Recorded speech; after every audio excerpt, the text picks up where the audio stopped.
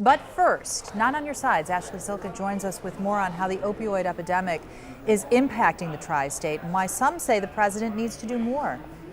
Kristen, Chief Tom Synan has made it his mission to fight the opioid epidemic right here in the tri-state. He tells us the First Lady's visit to Children's Hospital is promising, but he would like to see the president come back to Cincinnati and take some action.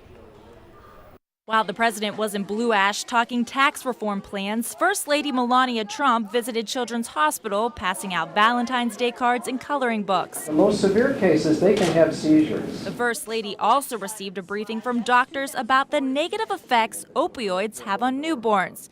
We spoke with Chief Tom Synan about Mrs. Trump's visit. He's a member of the Heroin Coalition Task Force right here in Hamilton County. We are on the verge of losing another generation to addiction.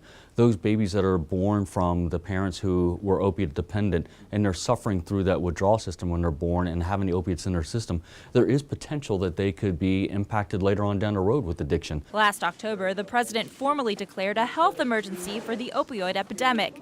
Today, he briefly spoke about it at his Blue Ash event. America will not overcome this epidemic overnight, but just like Americans always will, I do think we have to change our ways, and we will, but we will prevail. We're going to beat it.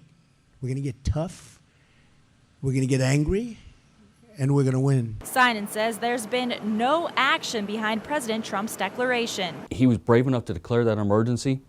I'm asking that he's brave enough to push this and get the action that is needed. Synan says addicts need to have resources that will get them into the proper mental and medical health systems, not time behind bars. We're not going to be able to punish addiction out of people, and we need to shift our view.